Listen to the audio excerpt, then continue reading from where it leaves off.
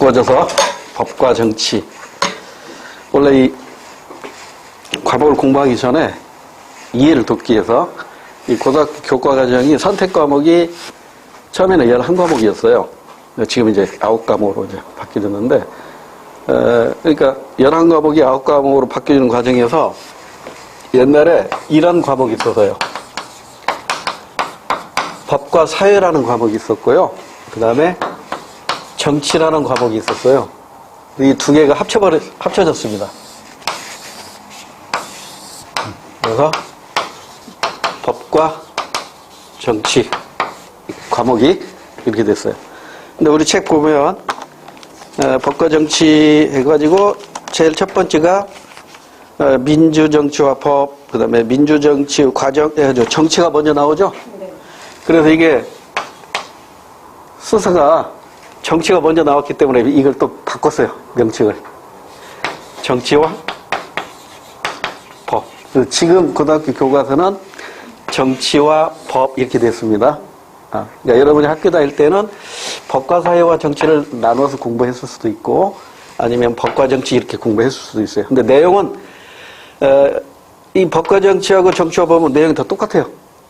그러니까 법과 사회에서는 이 법의 내용이 굉장히 깊게 들어가요. 깊게. 근데 이 깊게 들어가는 걸 없애버리고 단순화 시켰고 정치도 마찬가지예요. 예전에 교과서에 비해서 좀 줄였어요. 그렇죠? 그래서 지금 우리가 공부할 게 이제 정치하고 법하고 나눠서 공부하는데 우리 시험에서는 기본적으로 여기에서 5문제가 출제가 되고요.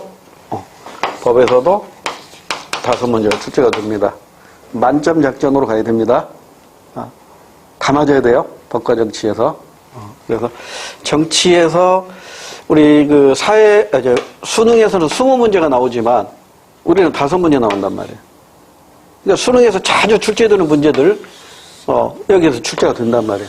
그래서 제가 출제 포인트를 다 말씀을 드릴 테니까 그 출제 포인트 중심으로 해서 공부를 해나가시면 됩니다. 법도 마찬가지예요. 법도 이제 수능에서는 20문제가 출제가 되는데 이 20문제 중에 매년 나오는 게 있다고요. 매년. 그런 걸 중심으로 해서 이제 액기수로 이제 또 5문제가 출제가 됩니다.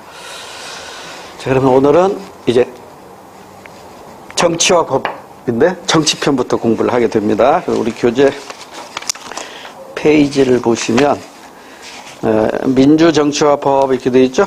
그래서 이제 2페이지 보시면 정치의 의미와 기능 이렇게 되어 있는데 여기도 그냥 교과서대로만 공부하려고 하면 머릿속에 별로 남는 게 없어요. 그래서 제가 안내하는 대로 잘 따라오세요. 이게 정치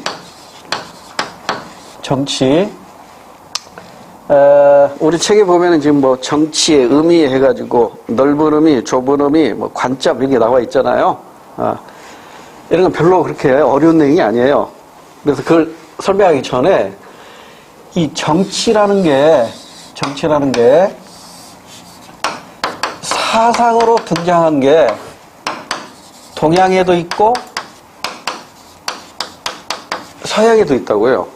그러니까 이제 정치의 개념은 조금 이따 다시 하기로 하고 정치가 하나의 사상으로 자리 잡게 된 게 동양과 서양으로 나눠볼 때 동양에서는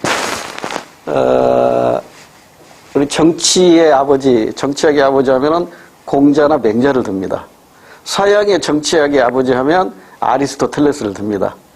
근데 그게 중요한 게 아니고 동양의 정치 사상 하면 민본주의입니다. 서양의 정치 사상 하면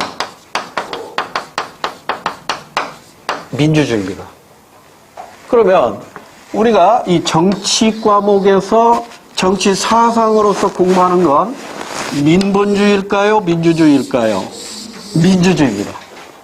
민주주의가 시험범위 들어가지 민본주의는 시험범위 안 들어가요. 왜냐하면 자, 민본주의는요. 민본주의의 궁극적인 목표가 민본이죠. 문자 그대로예요. 백성민자에다가 근본으로 한다 이거잖아요. 그러니까 백성을 우선으로 하는. 그러니까 백성 중심의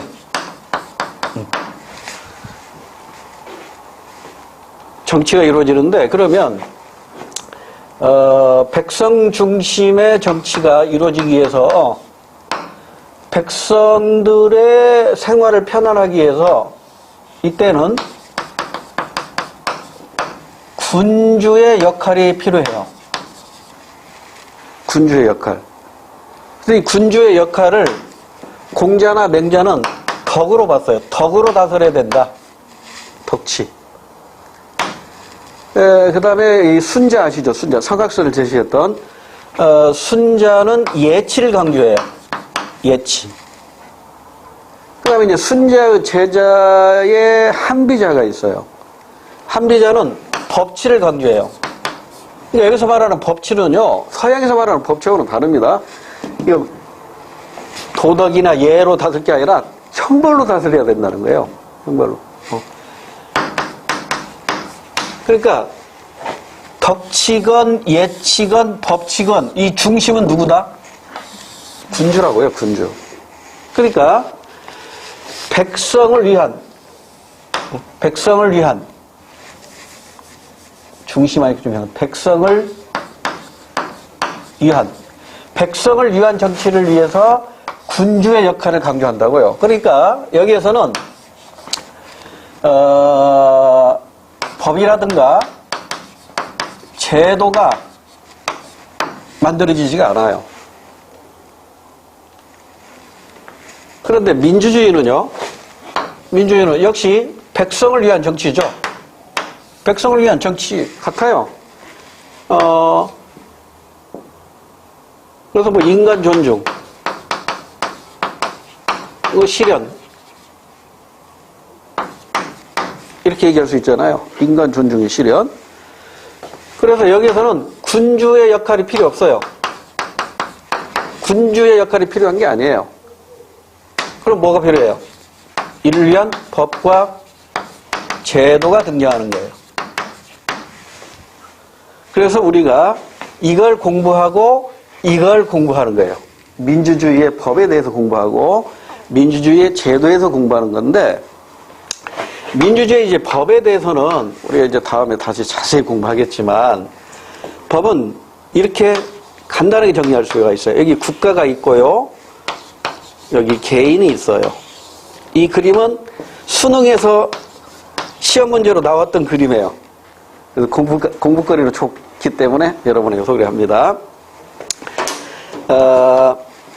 국가가 개인보다 우월한 지위에서 통제하는 이런 법이 이제 공법이에요. 그런가 하면 개인과 개인 간의 생활관계를 규는 법이 등장해요. 그걸 사법이라고 해요. 사법. 그런데 이 사법, 개인과 개인 간의 생활관계를 규율하는 사법에서 법적인 강자와 법적인 약자가 생겨요. 쉽게 얘기해서 갑과 을이 생긴다고. 그래서 이 갑과 을에 의해서 을은 항상 갑질을 당하잖아. 그래서 이 갑질을 당하는 것을 좀 완화하고 해소하기 위해서 정부가 이제 개인들의 생활관계에 밀접하게 규율을 해요. 간섭을 해요. 간섭. 그 법이 사회법이에요. 그래서 우리가 민주주의 국가에서 인간 존중을 실현하기 위해서 법과 제도가 만들어졌는데, 그 법으로서 우리 시험법이 들어가는 것으로 공법이 있고요, 사법이 있고요, 사회법이 있어요.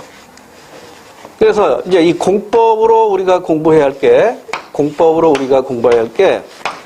헌법이 있고요, 형법이 있고요, 행정법이 있고요. 자세한 내용 공부하는 게 아니라 이런 법들이 있다. 이제 이런 내용들을 우리가 진도 나가면서 공부하게 됩니다. 그 다음에 각종 절차법이 있어요. 절차법. 이를테면 민사 소송법, 형사 소송법, 행정 행정소송법 이런 것들이 있다고요. 근데 이런 것들을 공부하는데 자, 한번 그냥 듣는 걸로 만족하세요. 나중에 차근차근 이제 공부할 테니까요. 여기에서 이런 법들, 뭐 헌법이네, 형법이네, 행정법이네, 이런 법들을 우리가 실체법이라고 해요. 이게 무슨 말인가 몰라도 돼, 지금은. 그 다음에 이제 소송자가 들어가 있죠. 민사소송, 형사소송, 행정소송. 이걸 묶어서 절차법이라고 해요. 그러니까 결국 공법은 크게 뭘로 나눠진다? 실체법과 절차법으로 나눠져요. 근데 우리 이거 지금 공부 안 했어요.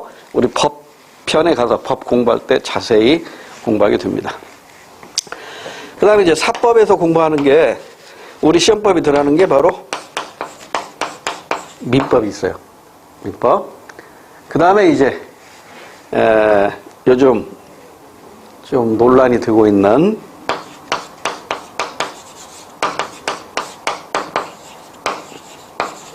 요게 시험법에 들어가요. 그래서 이건 기본만 아시면 될 것 같아요. 이번에 개정된 것까지 다 공부할 필요는 없을 것 같고요. 우리 교과서 중심으로 기본적인 것만 여러분을 소개할 거예요. 그래서 대표적인 게 이제 민법. 민법은 모든 국민에게 적용되는 법이기 때문에 이걸 일반법이라고 하고, 임대차법은 이거 누구를 보호하게 한 거죠? 모든 국민이 아니잖아. 세입자만을 임차인을 보호하게 한 거잖아요. 그래서 이걸 특별법이라고 해요. 그러니까 민법은 임대인도 보호하고 임차인도 보호해요. 근데 임대차법은 임차인만 보호해요. 그럼 이제 두 법이 충돌하면 어느 법을 먼저 적용해야 할까요? 그렇습니다. 특별법 우선의 원칙에 의해서 이 법이 먼저 적용된다고. 그래서 이러한 내용들을 우리 사법에서 공부하게 되는데요. 이 사법은 시험 문제를 풀기 위해서 공부한다 이렇게 생각하지 마시고, 적어도 여러분이 대한민국 국민으로서 시민으로서 살아나가는데 세상은 아는 만큼 보이는 거잖아요. 알아야 사기당하지 않습니다. 모르니까 사기당하는 거라고. 법적으로 여러분이 보호받기 위해서, 또 여러분이 가지고 있는 권리를 지키기 위해서 이거 공부해야 돼요. 늘상 강조하지만 법에서는요, 권리는 주장하는 자에게 찾아주는 것이지 주장하지 않으면 사라집니다. 권리 위에서 잠자는 자는 보호하지 않습니다. 그런 내용들을 이제 공부할 거고요. 그 다음에 이제 사회법도 요즘 출제 비중이 많이 늘어나고 있죠. 그래서 이제 대표적인 게 경제적 약자를 보호하기 위한 경제법, 또 노동 약자를 보호하기 위한 노동법. 그래서 주로 경제법하고 노동법 가지고 출제를 하는데, 최근에는 이 노동법 쪽에서 출제 비중이 점점 높아지고 있어요. 최근에는 출제 비중이 노동법 쪽입니다. 그 다음에 이제 사회보장법이라는 것도 있는데, 마이크 되는 거예요? 목소리가 점점 커지네?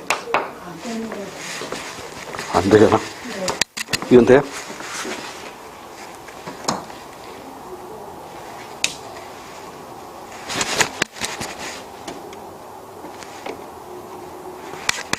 안 돼.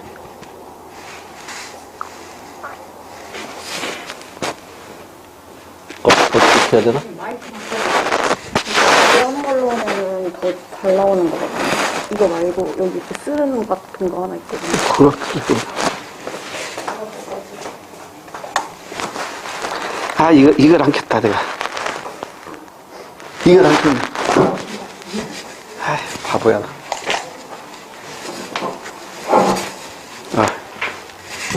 됐습니다. 자, 그럼 이제 법에서 우리가 공부할 내용 대충 나왔네요. 헌법, 형법, 실체법으로서 형법에다가 절차법으로서 형사소송법. 요거 시험 문제 잘 나오죠. 그 다음에 행정법, 그 밖에 이제 민사소송법, 행정소송법. 이게 이제 공법에서 출제를 받은 것이고요. 사법에서는 민법하고 임대차보호법, 그 다음에 사회법에서는 경제법하고 노동법. 사회보장법은 거의 시험 문제 안 나와요. 사회보장과 관계되는 것은 오히려 사회문학 과목에서 주로 시험 문제가 나옵니다. 자, 이런 내용을 우리가 민주주의의 법에서 공부할 것이고요. 그 다음에 이제 제도가 등장하죠. 민주주의라는 인간 존중 실현이라는 목표를 달성하기 위한 제도. 가장 대표적인 게 뭐예요? 그리고 트럼프가 불만을 품고 있는 이런 선거제도. 또 뭐가 있어요? 선거제도, 그 다음에 정치제도. 그러니까 정치제도로서 정부 형태. 의원대각제 내 전형적인 것으로 대통령 중심제라든가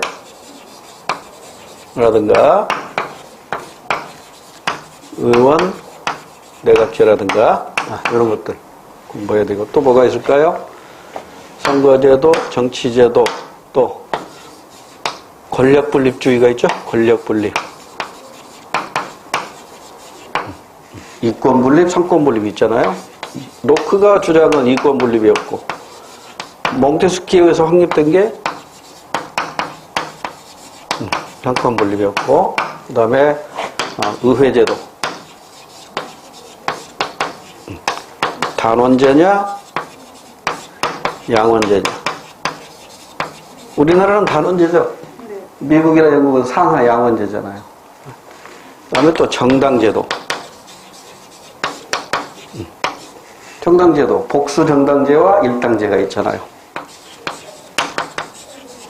일당제와 복수정당제. 근데 이 복수정당제로 또 나눠지죠?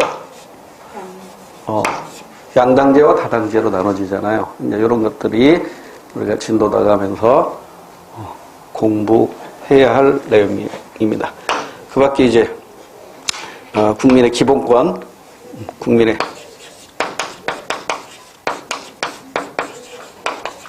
기본권 보장. 이 헌법에서 나오잖아요. 통치, 기구라든가 통치, 작용 등등.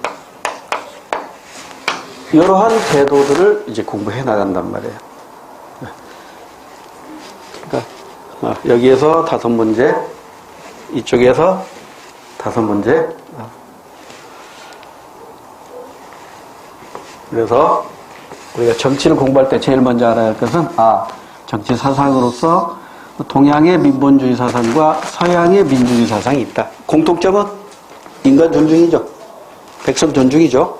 차이점은 인간 존중을 실현하기 위한 법과 제도가 있느냐 없느냐. 동양의 민본주의는 법과 제도는 없어. 그냥 군주의 덕목에 맡겼을 뿐이잖아요.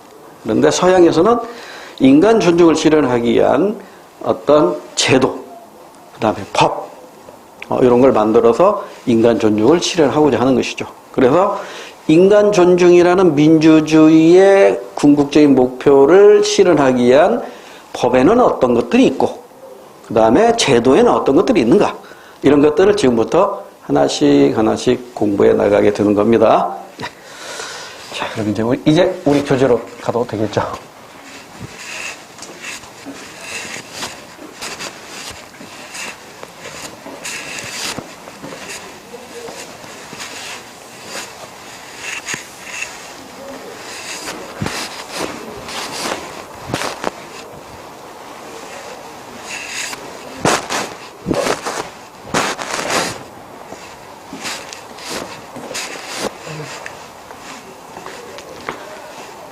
자, 이제 먼저 우리 책에 보면 정치의 의미가 나와 있는데 이게 뭐 출제에서 큰 비중을 차지하는 건 아닙니다.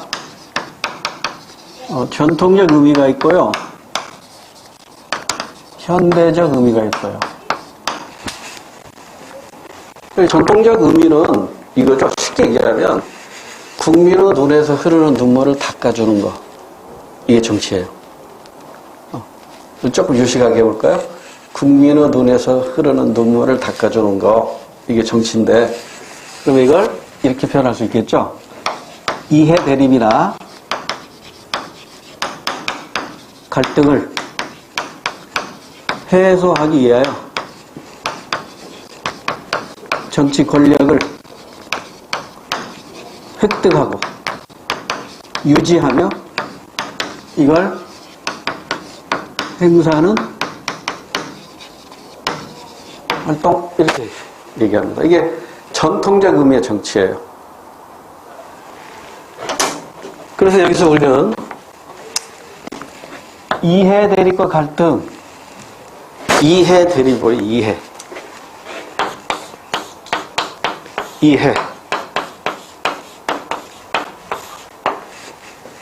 한쪽에서 이익이 나타나면 한쪽에서는 손해가 나타나잖아요. 그러니까 이게 제로섬이라고 결국은 서로 윈윈이 아니잖아요. 그죠? 이해, 손해, 이익과 손해 여기서 이해관계라고 이해관계. 갈등은 뭐죠? 갈등? 이 갈자가 칡갈자죠. 칡갈자. 칡갈자 어떻게 쓰더라? 오랜만에 쓰려니까 잘 안 되네. 잊어버렸어. 칡갈자. 등은 등나무 등자죠. 여러분 칡 올라가는 거 봤어요? 그 나무 막 다 올라가잖아요. 산에 가면 막 모든 나무 다 감아버려요. 근데 오른쪽으로 감습니다. 칡은 오른쪽으로 갖고 올라가요. 등나무는 얘도 감으면서 올라가는데 얘는 왼쪽으로 감으면서 올라가. 그러면 칡나무하고 등나무하고 만났어. 그러면 서로 키 엉켜버리는 거야, 이게. 이게 풀기 어려운 숙제, 이게 갈등이래요. 서로 이게 그냥 얽히고 설켜 있는, 이해관계가 얽히고 설켜 있는 게 이제 갈등이라고. 근데 이거 이해관계 당사자나 갈등 당사자가 자기 이익만 주장하기 때문에 해결이 안 된다고요. 이걸 해결하기 위한 수단이 필요하겠죠. 그게 정치라니까. 정치.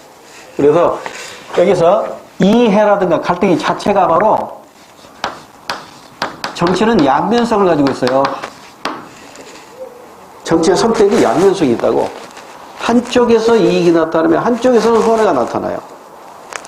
그러니까 이 이해 대립, 이 양면적인 것을 해결하기 위해서 이게 필요하다고, 정치 권력. 그러니까 이 정치 권력은 우리가 이렇게 표현하죠. 권력성 이렇게 표현하죠. 그러니까 정치의 성격은요, 전통적으로 양면성하고 권력성을 가지고 있어요. 양면성 때문에 권력성이 나타나는 거겠지. 그러죠?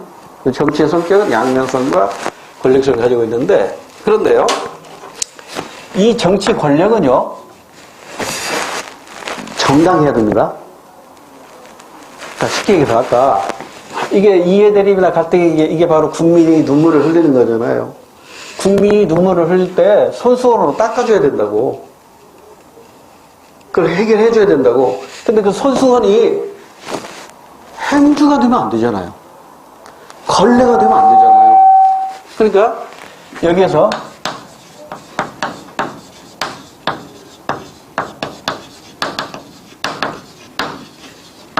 요게 확보돼야 돼요. 정치 권력의 정당성이 확보가 되어야 합니다. 그러면 정치 권력의 정당성은 무엇을 통해서 확보할 수 있을까요? 도덕성과 합목적성, 합법성. 도덕적으로도 완전해야 되고, 법적으로도 합목적, 법적으로도 완전히 합당해야 된다. 우리 책에 그런 내용이 어디 지민가 있을 텐데 안 보이네.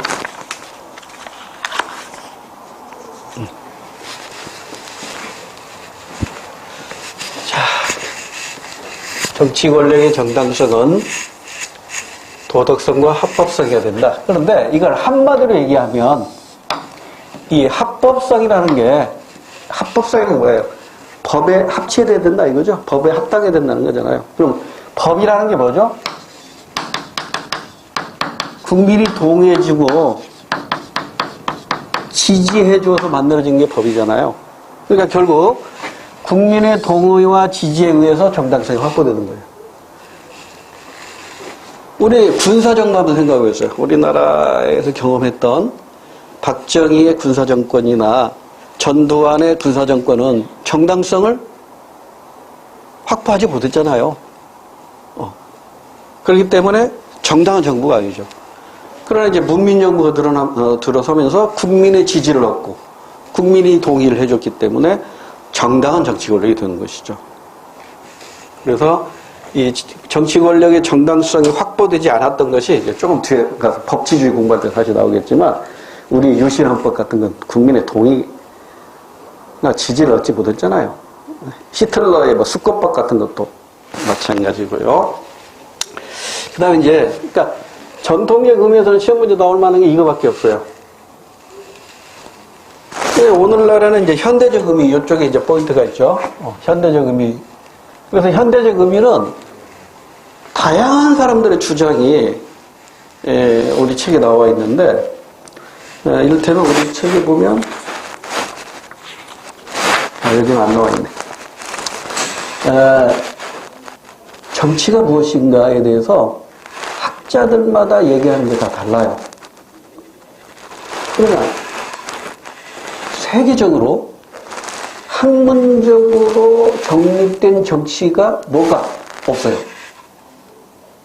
정치가 뭐냐? 이거다! 라고 하나로 확립된, 정립된 개념이 없다고요.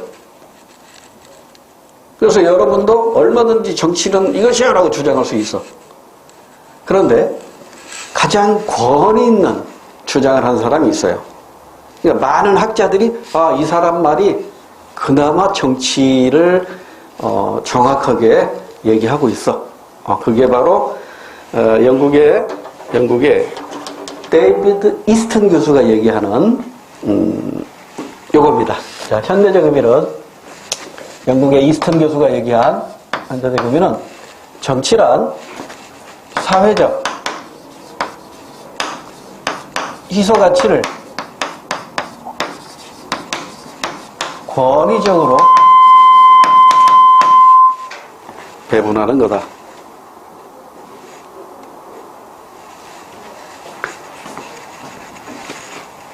자, 여러분이 갖고자 하는 돈, 권력, 명예 모자라잖아요. 그죠?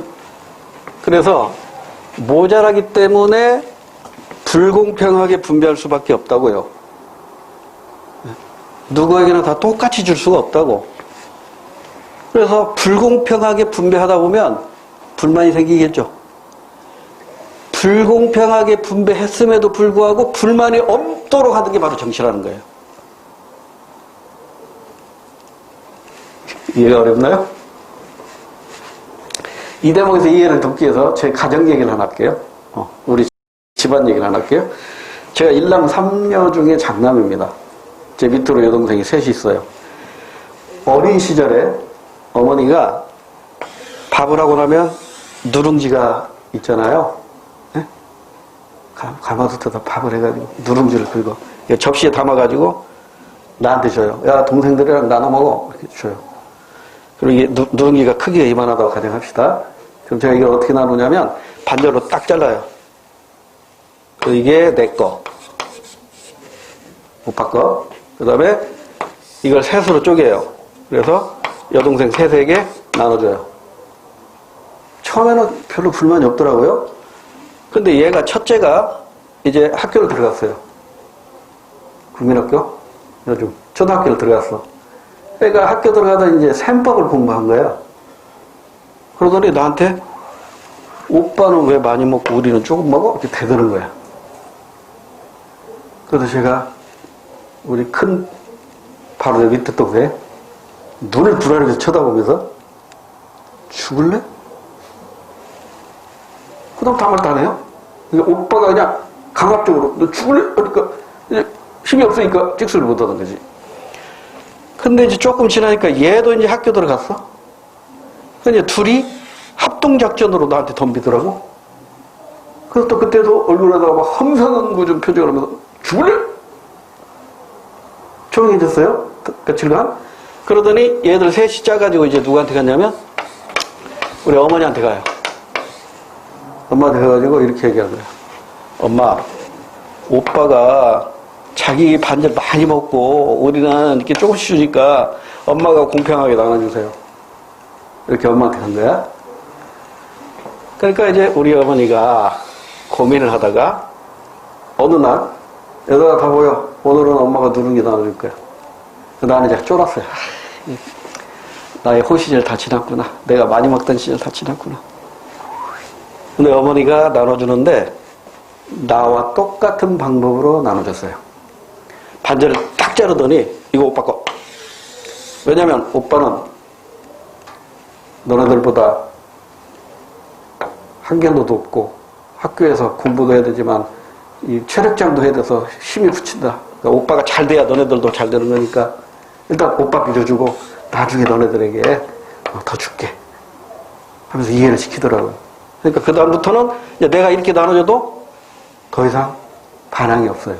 이게 바로 어머니의 권위죠. 만약에 어머니한테도 덤벼들었다면 아 엄마 그렇게 하면 안 돼! 이렇게 했다면 어머니의 권위는 어떻게 된 거야? 땅바닥에 떨어진 거죠. 그래서 비록 불공평하게 나눠주더라도 여기에 불만을 표시하지 않고 인정하고 가는 게 바로 권위란 말이에요. 이 권위를 가지고 배분하는 게 바로 정치라는 거예요. 그러면 이 권위는 누가 갖는 거예요? 이 정치 권력을 가진 사람들이 권위를 가져야 된다는 거야. 근데 과연 우리나라 한번 생각해 봅시다. 정치 권력을 가진 사람들이 이렇게 합시다 했을 때 모든 국민들이 그래요 그렇게 합시다 고통 분담하겠습니다 이렇게 따라간다면 이게 바로 지도자의 권위가 살아있는 거죠. 근데 안 돼! 네 맘대로 그렇게 하면 안 돼! 반대야! 하고 막 집단행동하면 이건 지도자의 권위가 사라진 거죠. 그럼 이건 진정한 정치가 아니라는 거죠. 따라서 진정한 정치라는 것은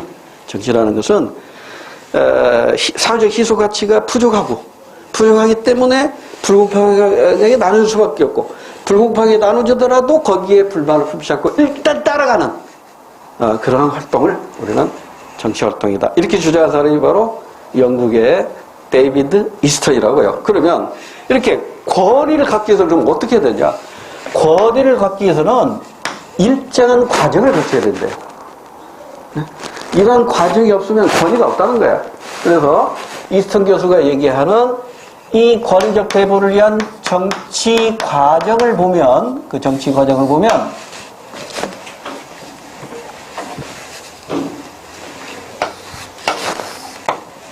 여기에 이제 들어갈 게 있어요. 그게 바로 우리 교재에는 3페이지에 있어요. 데이비드 이스턴의 정치 체계론 이렇게 되어 있죠? 정치 시스템이란 말이에요. 정치 시스템. 그래서 이스턴 교수의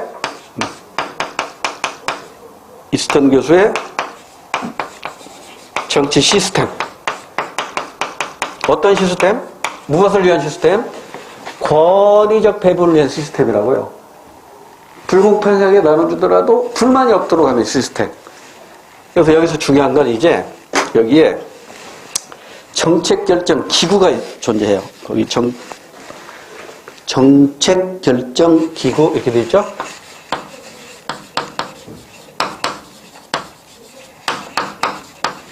이 정책결정 기구가 있어요.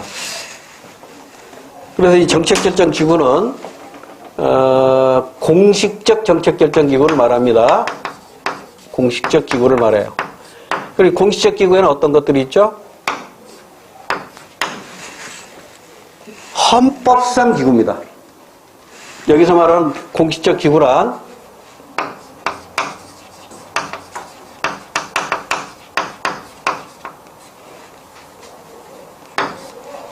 헌법상 기구예요. 그리고 헌법에 있는 게 뭐예요? 국회, 정부, 국무회의, 법원, 헌법재판소 이런 것들이잖아요. 그러면 비공식적으로도 정책 결정에 참여할 수 있는 기구도 있겠죠. 일테면 언론, 여론, 시민단체, 정당 이런 것들은 비공식적인 정책결정기구겠죠. 그래서 여기 정책결정기구에 비공식적 기구는 포함되지 않아요. 이 정책결정기구란 바로 공식적 기구만을 의미합니다. 그럼 여기에다가 이제 국민들이 요구하고 이것 좀 요구하거나 지지하는 게 있겠죠. 이것이 이제 인풋가 됩니다. 투입이 되죠. 그럼 요게 이제 정책결정기구로 가서 이제 정책으로 결정이 되면서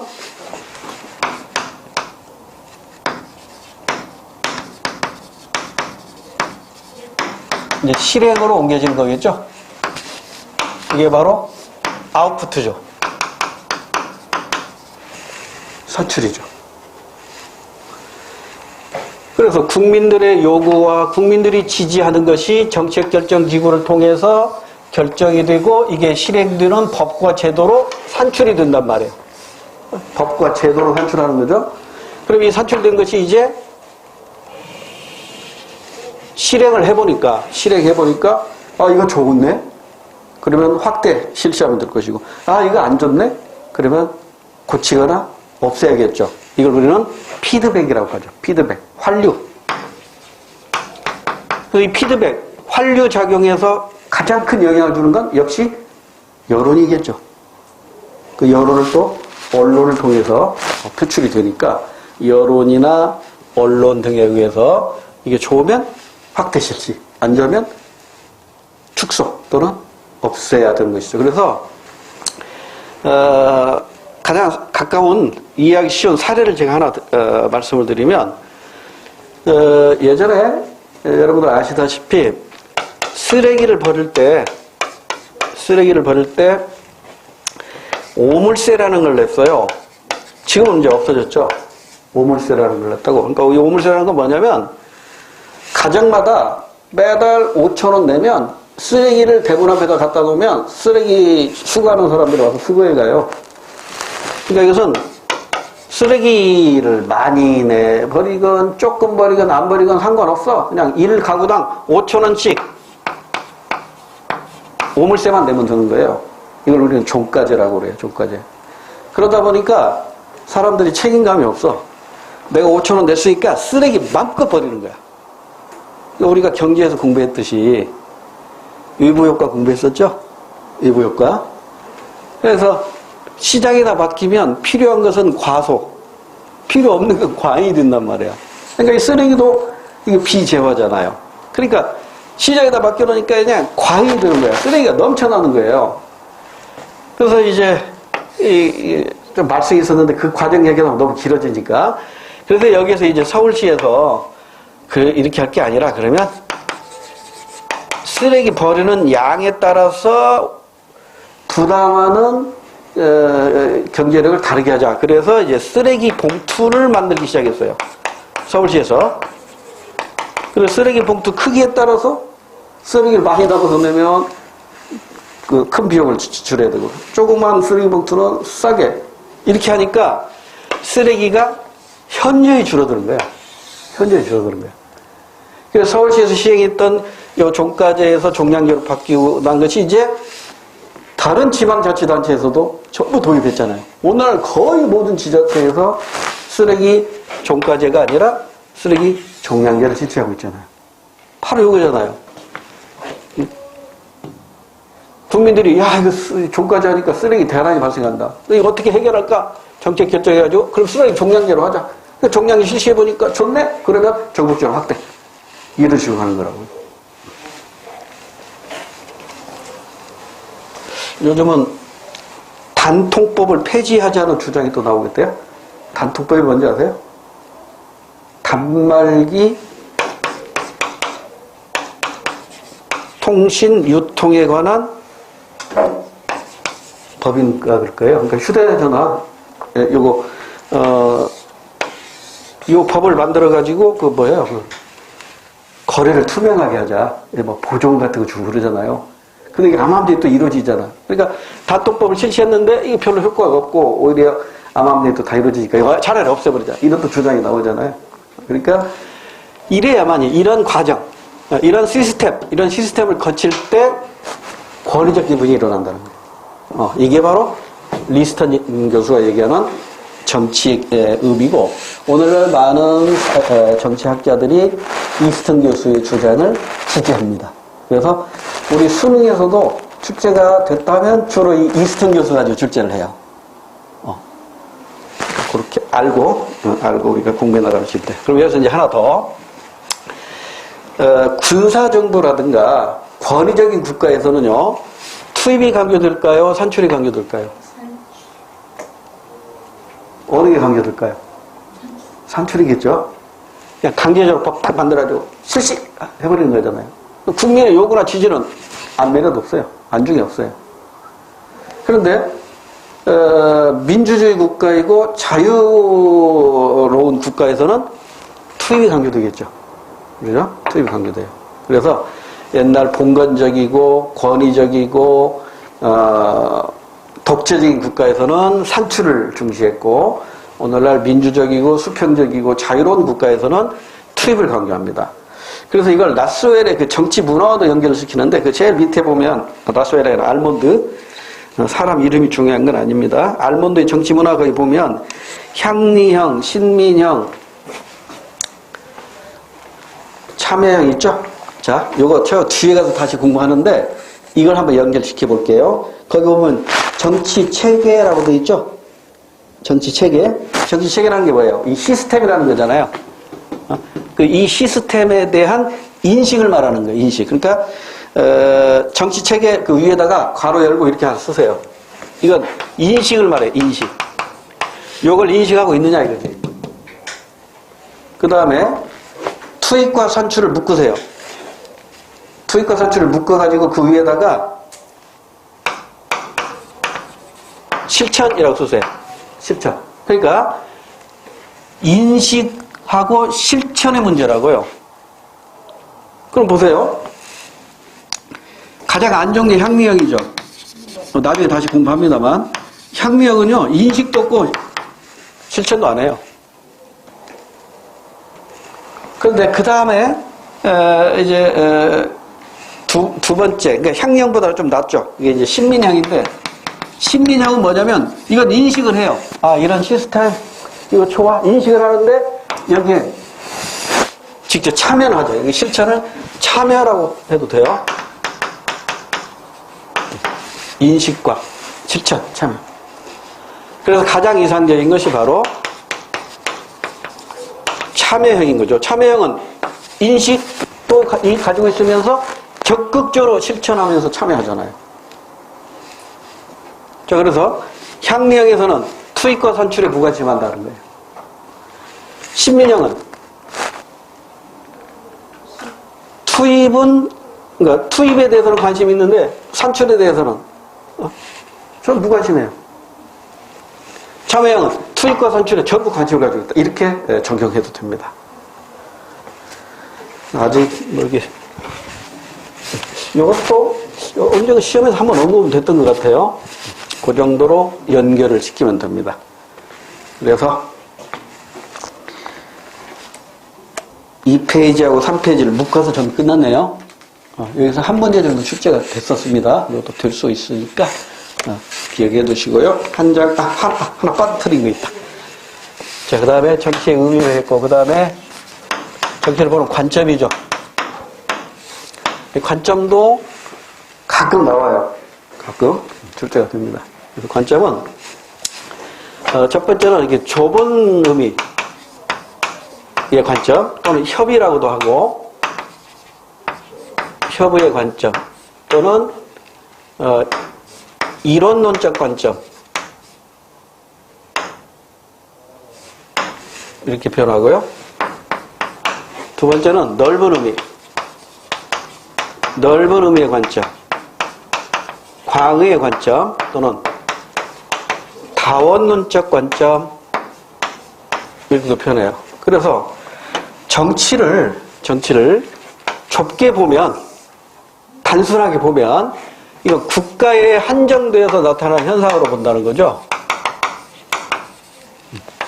국가현상설이라고 합니다. 국가현상설. 그러니까 국가가 있기 때문에 정치가 나타나는 것이지 국가가 없다면 정치도 없다라고 보는 거예요. 그러니까 단순하죠? 이런 논적인 거라고. 근데 오늘날에는 이거 별로 호응을 못 얻고 오늘날에는 무슨 소리? 사람이 모이면 이해관계가 나타나고 갈등이 생기잖아. 사람이 모이는 집단에서는 반드시 나타나는 현상이 정치야. 이게 바로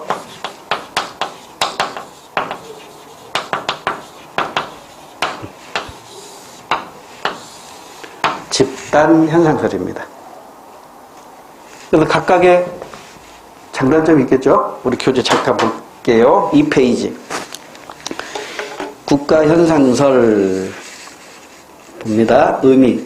정치는 국가만의 고유한 현상이다. 그러니까 국가만 정치 현상이 나타난다. 이론론적이죠.